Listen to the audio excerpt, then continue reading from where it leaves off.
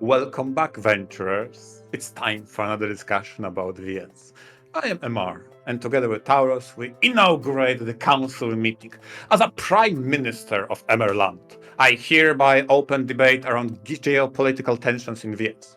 With permission from Your Highness King Azai, can Emperor of Tauros State start us off? I declare war on MR land. What? Surrender! Traitor. Your land shall be ours! Wait, I'm here to defend Marland myself. I'm here as backup. Unexpected soulmate. allies from beyond, you cur. How dare you oppose me? Together we can do this, Marland. Don't let Tara's state win. Yeah, never forget. Fight. Let's do this, Tauros. And this is where the opening song kicks in for the VN. Exactly. Yeah, perfect. But yes, Oh in my visual God. novels there are quite a few where the geopolitics of it all are the major focus. And in this episode, we are going to talk about some of the cool VNs that implement this in some especially gameplay manners, huh, MR? Yep. I brought the classic example. This will be the Rance episode in disguise. But yeah, I brought examples of how there's a feedback loop between what political agenda certain regions have and how the main plot moves forward with, or maybe even more important, without protagonist involvement. And probably to set the stage, the best example and probably most famous from the entire Rance series is Sengoku Rance. Okay? To briefly summarize what is happening there, Rance and his adventures visit the land of Japan, Nippon. Okay? And in the land of Nippon, his task of unifying the region, because it is fragmented, it's reminiscent of an Oda period in Japanese, real life Japan, and his task of unifying all the fragmented regions. And the title does a spectacular job of presenting the reader with a clock every single time. Kind of similarly to dating sims, you have a limited number of actions you can do as a supreme commander. And after that is exhausted, you pass the turn and the events follow it. In this case, you see how other regions react. Those are divided by clans and how they scheme, how they maybe propose some trade deals, maybe there are some hostile negotiations going on. And a lot of the times, it is without any involvement from the rounds. And you, throughout that adventure, throughout reading that, you feel how the time trickles down. So you better hurry up. And in this way, having a clock also serves as I guess you could say, global reminder of what's at stake and that you need to hurry it on up. Yeah, and exactly. Let's think about this way. You want to pacify the region next to you, so you better be quick before other clans invade that before you do.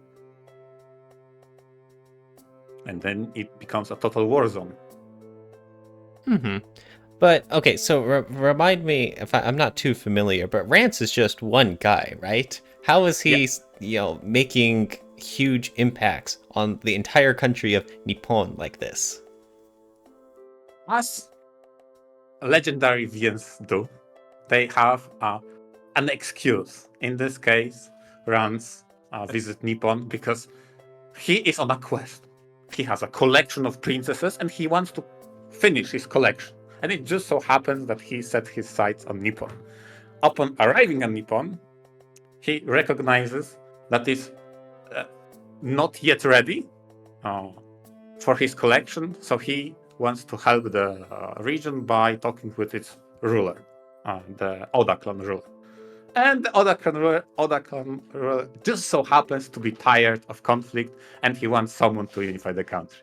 And with such a convenient string of events, he is de facto the commander-in-chief for the war effort of unifying the entire country. Yeah, so I'm gonna jump in here. So I believe that Oda, before Rance actually came, maybe a couple of years back, was actually a much bigger country that almost unified Japan, because they actually talk about how the previous Oda Nobunaga was fighting with Tokuganryu Masamune, which is the biggest nation on the right side, which was people that had demons and also like monsters, or yokai as you would call them in Nippon.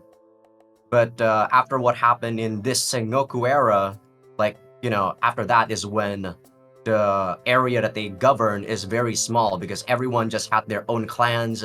So that's why, as what MR said, the clock's ticking. You don't want every clan to just devour each other and then make a bigger part of their own territory. Yeah, because even though we started this episode grand, saying, "Oh, everything is on the huge scale," but the best and most compelling stories told in Sengoku runs is how individual stories are influenced by politics. And vividly, I remember two clans. Akashi House. It was the smallest, poorest, the most desperate country there is, getting bullied by its huge neighbor, the Mori House. And it goes to such a degree, they pressure them. It's either you declare war on us or on Oda. Pick. Like, Yep. hell. That's so cool story, because in a lot of those events, Rance was just getting news. Oh, another war, whatever. Another Monday, another war, whatever. But to those represented by the Akashi House, it was huge undertaking. They were bullied by their neighbor into a needless conflict. And throughout that, the current leader, young elected descendant of the previous ruler, had a huge task ahead of him of how not to make his entire clan collapse. Yeah, And the God story is- also remember, MR, that the fact that Akashi wasn't that poor, they still have their like up and coming, what is it? People who are in charge before, but because Mori attacked them first, they killed everyone that was in war, and then he was left alone, the youngest person there. So that was the Exactly. start Yep. of the bullying happen. Yeah. And to see how they prepared for the announcement of war and how they had to recruit pretty much retired veterans, and at the same time they struggled with, should we really unleash a secret weapon that we have? And that's the intrigue that happens in that house. Oh my, it was such a good story, especially since once you go to that front, you kind of feel bad. You kept winning against them. Yep. They were pretty much the easiest house to conquer, and every single battle felt like a breeze. You forgot to every mention they actually put in child soldiers that had 20 HP. Yes, oh my god, that was, oh god, That's that awful. was something. That's so wrong to make it the gameplay impact too. Yeah, it's insane what they try to do in that like region. Exactly.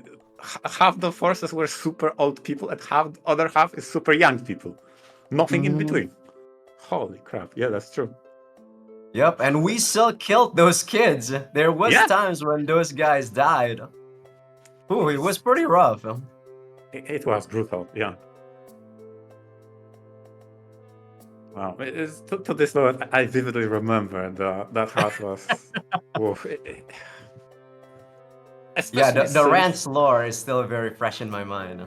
Exactly, go on. and yeah, especially since from the Rance perspective, they were never a threat. So he was like just laughing, joking. Yeah, just go and kill them. Like, oh, what do I care? Like, but then the same battle, shown from the perspective of the other forces, is so desperate, and those experienced and veterans say to the young master, evacuate, please, just don't go there. And he's like, what the hell? Those are my troops. They are killing themselves for my protection.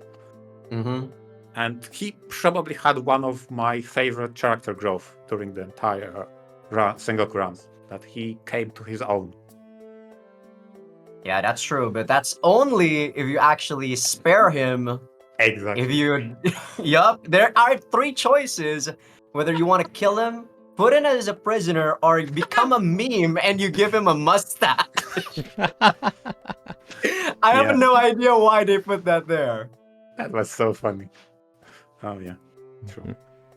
Yeah, that one was super personal. Then you, if you spare him and slowly incorporate that character into your own army by assimilating essentially that region and its leader, you have an opportunity to talk to him, to see that character development, and to some degree guide him. And funny enough, that Taurus also mentioned before how the aspect of geopolitical tensions and politics in VNs is reflected by gameplay. The leader, Akashi Kazemaru, by the end, if you do all his quests, is maybe the strongest character you have from Warriors, stat-wise. Funny enough, and again, hilarious enough, probably one of the best stats ever, but he doesn't have a special skills.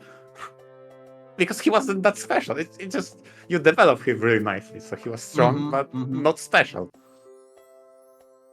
Yeah, that's true. Like, as a character growth, he actually does get into becoming one of the best units if you do put in the time to train him.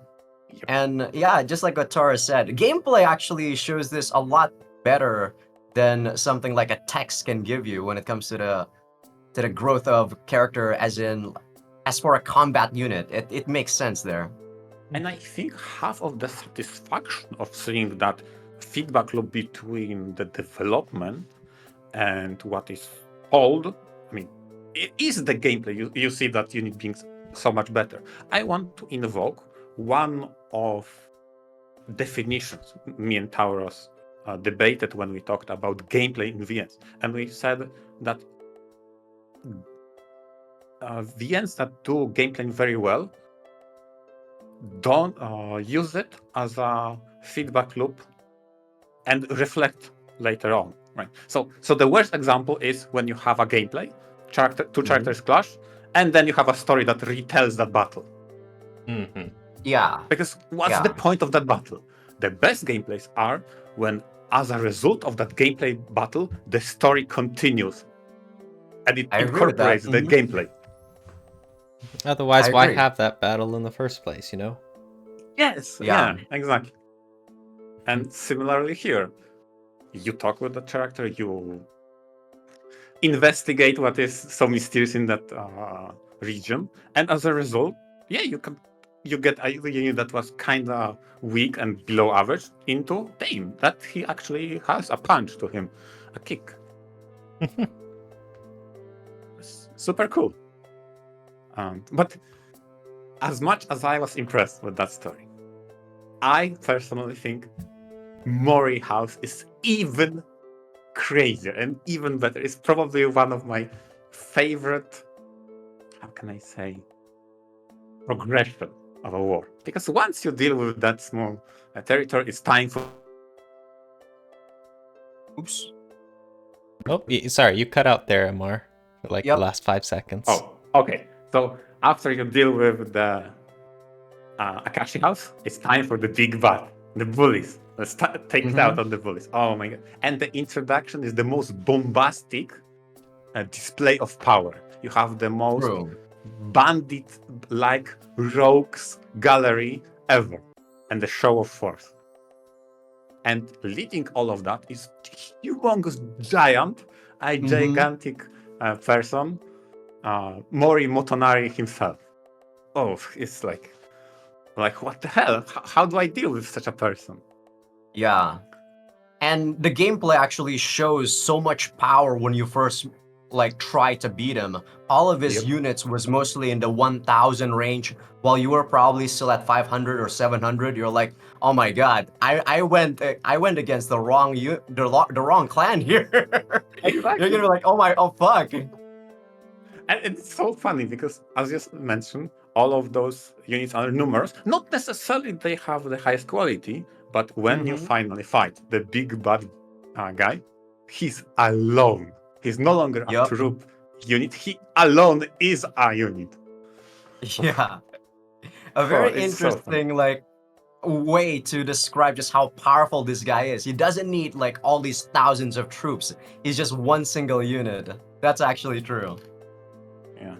And similarly to the previous house, you have skirmishes with Mori. And throughout those, you go get to know some generals on the field of battle. And now it's Mhm. probably important right now to talk a little bit of the backstory of that clan.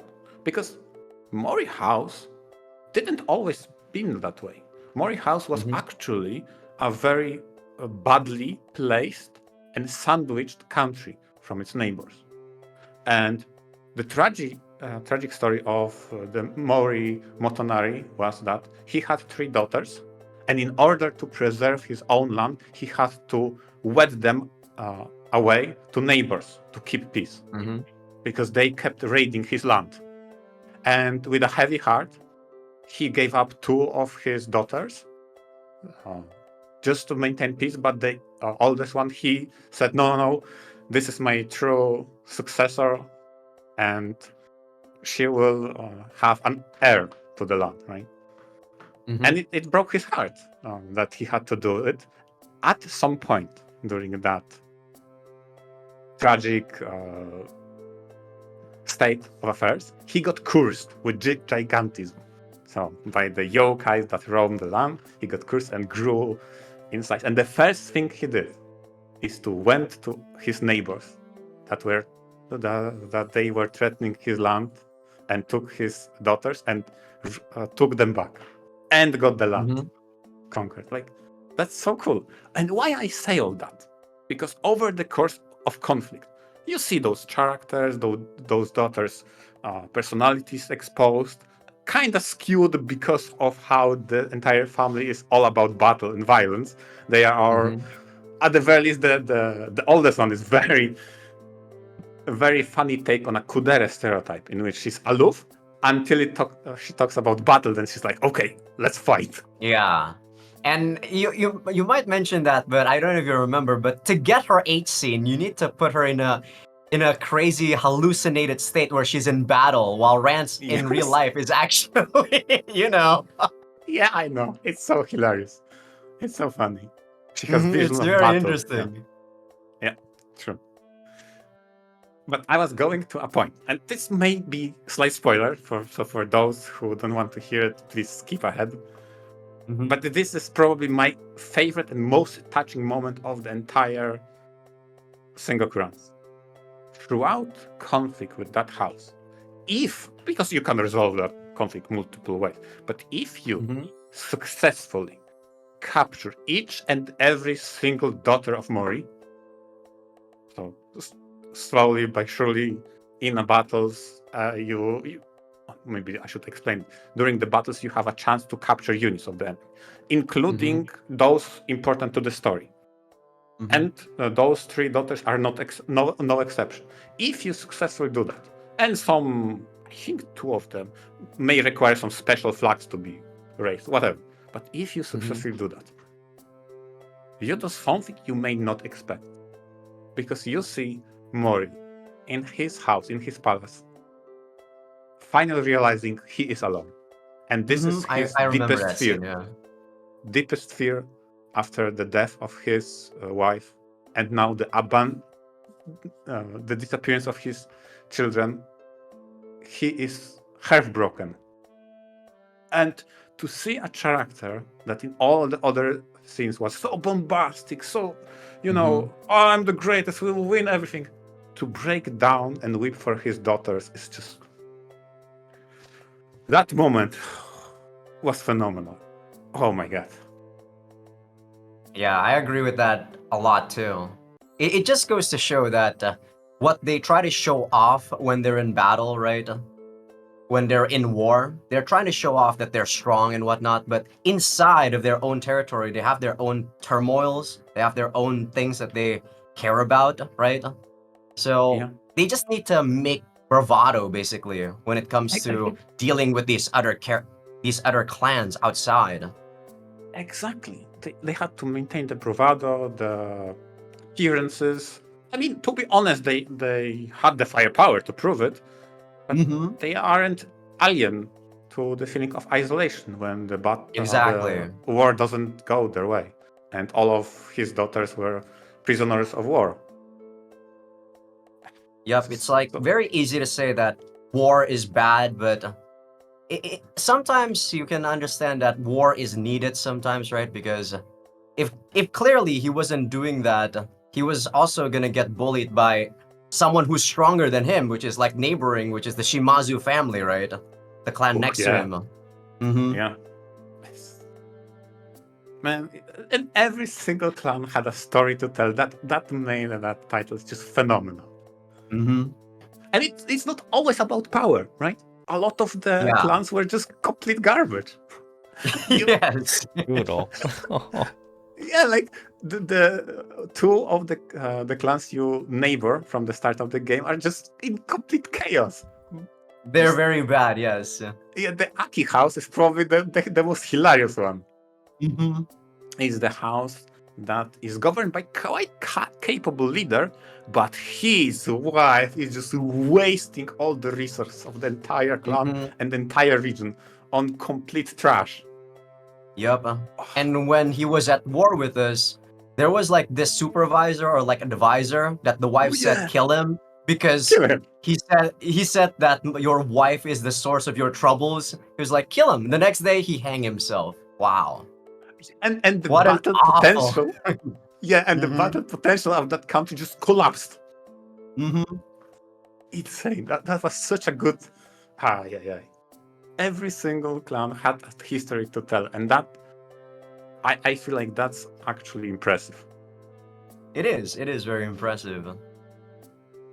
Like they could have easily just made the clan like, weak, but then there would be no story, but they actually put Yep. in the effort and put all these clans, even though they're weak, even though they're strong, they always put in the effort into making these characters interesting. I like that. Yeah, and because of the clock is ticking, and because of what we talked about before, if you don't Mhm. act, the story will shift. We talked Yup. about Mori and Akashi house, but all that storyline starts if you start neighboring Akashi. If you never Mm-hmm. become their neighbor, Akashi will lose to Mori and get Yup. incorporated before you even meet them. Yup. Like, Like wow, that's crazy. that's Like the story insane. still goes on even without you giving them input. That's something Yep. that most games should be brave enough to do that, right?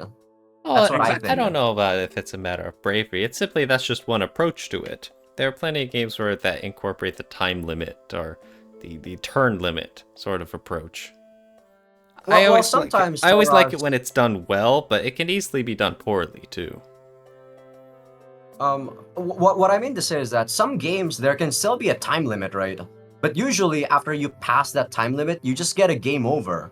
You don't have this threshold where if you don't get to X point by the time limit is like reach, an event would just trigger that would make them like conquer a different country that you don't even know about yet.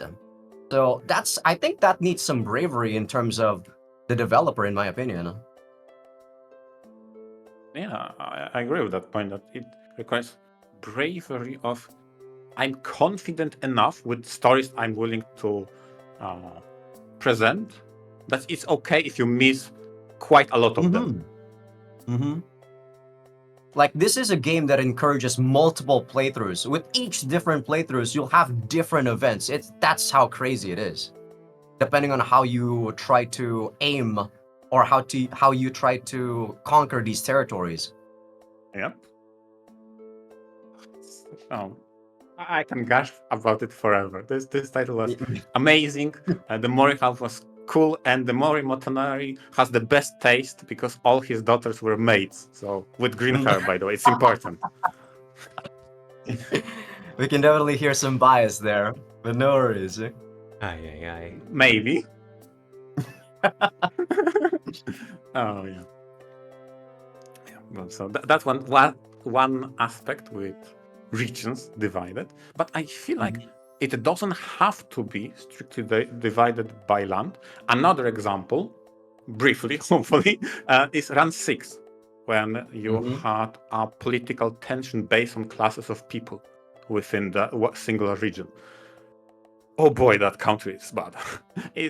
To give a context. So Ren 6 takes place before Sengoku runs, and at that part of the run's adventure, he visits a country of mages, which is the most technologically advanced, the pinnacle of magical science. And you visit that country, and half of it is super privileged mages, and the other half is just poor people beyond belief. Such slums and division between halves, mages, and have-nots, the lowest caste of character. Oh, it's just rough. Yeah, I think it's actually like telling when you know a story shows you like, like I believe not a lot of stories even try to portray what happens in the slums, right? So I gotta give Rand 6 props for that, for even going beyond that and even showing you what the hell they do to those peoples living in the slums, which is treat them like slaves.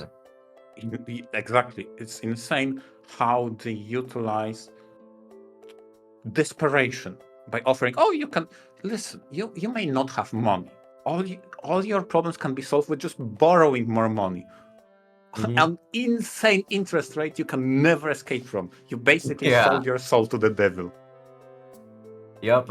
And if you can't pay it, you actually die, I believe. There's a curse that's casted Yep. if you don't pay by the time you should. Yeah, it's just crazy. Yeah, it's probably delving into what makes it special would be too revealing, and we don't want to give too many spoilers for that. But ultimately, the way the nobles and the highest caste of mages treat the rest of the populace is just insane, and it leads to a civil war inside and a turmoil inside the country. Yeah, this is a different reason as to why wars happen, right? Because before it was just the clans, they have their own land, they try to protect their own land, they have their own story. But this is clearly because they are living in the same land, but it's just a different ideology about how they were treated as, because they don't have the ability to use magic, right? Yeah. It's an experience, okay? But I brought another example to talk about geopolitical tensions and how that shapes the story. And I would be remiss if I would not mention Venus Blood. Specifically, Venus Blood Frontier did it the best, in my opinion. And to give a brief summary what is happening. In Venus Blood Frontier, you see the story unfolding from the perspective of Loki, the main character. Is one of the relatives to the current demon lord who wants entertainment, wants chaos, and wants distraction. With that, he wants invasion of Yggdrasil, a land of humans governed by gods or goddesses of seasons. And in that title, there is an ambition brewing inside the Loki, who is an underdog because he comes from a exiled house or clan related to Demon Lord who needs to prove himself. So being the underdog in the situation, he joins the race for the crown, for the title of the next Demon Lord, along with his rival siblings and pretenders to the throne.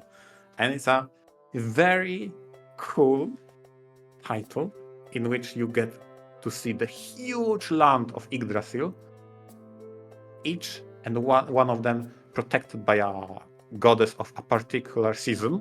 So you have a goddess of winter, of spring, of autumn, all of that. And slowly but surely you realize the ambition with a lot of trickery. Unlike the stories in which the protagonist has a lot of power, here Loki has to win it by using a lot of witty maneuvers. And I really like that. With the political maneuvers? Exactly, yes. Okay. Yes. There's more to them that we don't want to unveil, but one of the aspects is like political maneuvering and trying to understand who can he ally with and who can he not trust, to which extent. It's very interesting story. Yeah, the problem with going too deep into these stories is that it's really gonna just spoil the whole story if we keep going. That's the real problem. Yeah. And we probably just want people to play these themselves. Exactly. I would love for people to have the same realization you had. One of your Venus That Frontier episode I cited in the previous episode, in which, okay, those are important decisions. I have control of some small segment of a land. What's next? What's the next game plan? How can I make it? How can I turn around in my favor? What's the next plan? Then it's so satisfying to see how that develops. Yeah, I agree. It's just, it's an experience that you just can't tell with just us explaining it to you. You just gotta experience it yourself. Yeah, and I feel like what is super cool in that title in particular, in between events, because this game is segmented between gameplay segments and the events in which characters interact, the classical sprites. You have the game map, and you have a total freedom to look through the entire map. And at the very beginning, you see how you have one small city. And slowly but surely, every chapter you conquer more and more, you establish more bases, more outposts, and then you see that map fill up with your forces. It's so satisfying, yet be prepared for unexpected. The game keeps you on your toes.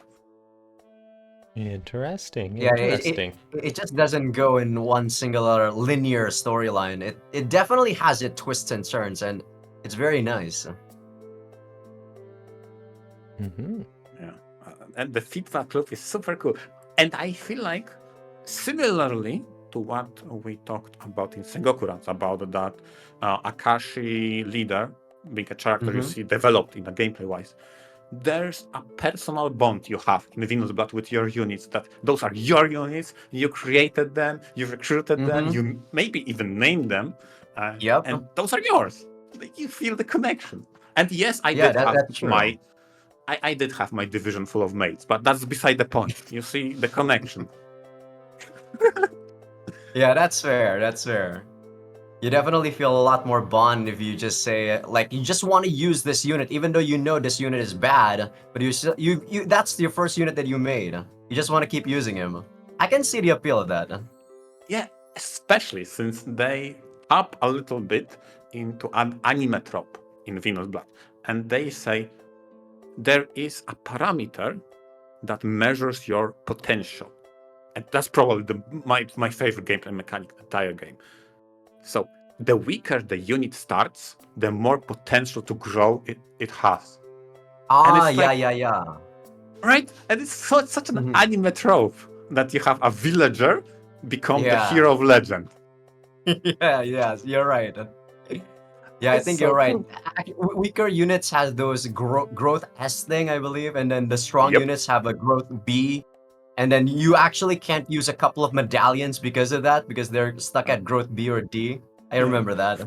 Yeah, and throughout the story you get access to better units, and maybe you can even recruit demigods, from super powerful unit. Then you look at their growth, it's like E. One time use. Or F. Like, what the hell? You can't improve? What you see is what you get. Take it or leave it. They're gods. Yeah, the amount of customizations you get is little. Yeah. It's super unique.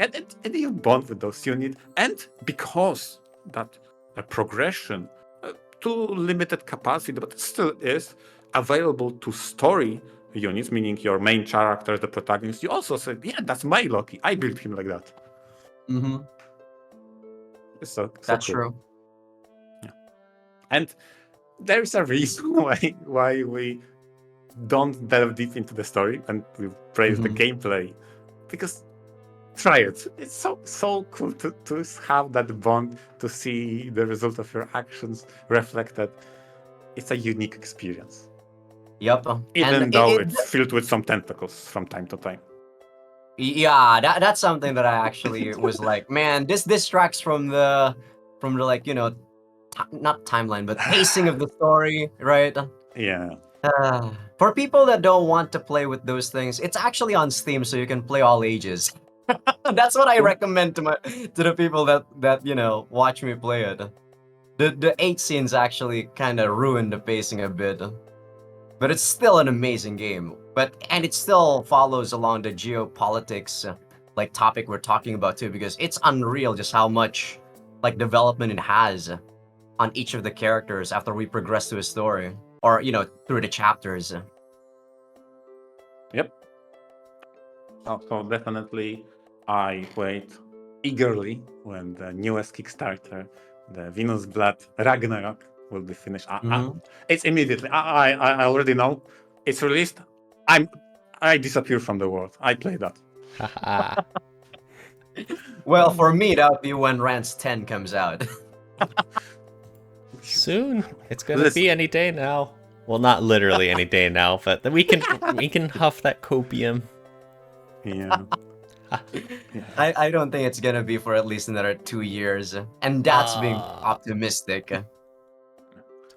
But they have to give me heads up. They have to give me heads up with runs, because I need that book time for runs 10 and probably marathoning everything before, just to be fresh on the runs. Yeah, train, that's okay? true. The lore for Rance is just too big. You kind of need to remember which character is from which game, what they do, and then what they contribute. Because this is not a spoiler, but I think Rance 10 has the biggest cast of characters in any other visual novel ever. I think like maybe 100 plus. It's crazy. Yes, it is. It broke all kinds of records. Mm-hmm. Well, that's a very good point for us to end the episode on. A look back on Rance being one of the biggest factors here in this whole fantasy world geopolitics episode. Haha. Yeah. When you get to playing Rance 6, Tauros, you're gonna be reminded of how, you know, passionate this discussion of ours was. Yeah, definitely. Very informative too. Yeah. And yeah, thank you, Azai, for joining us again. So all hail King Azai. Thank you very much. And thanks all to our listeners for listening. And on that note, venture out. Venture out.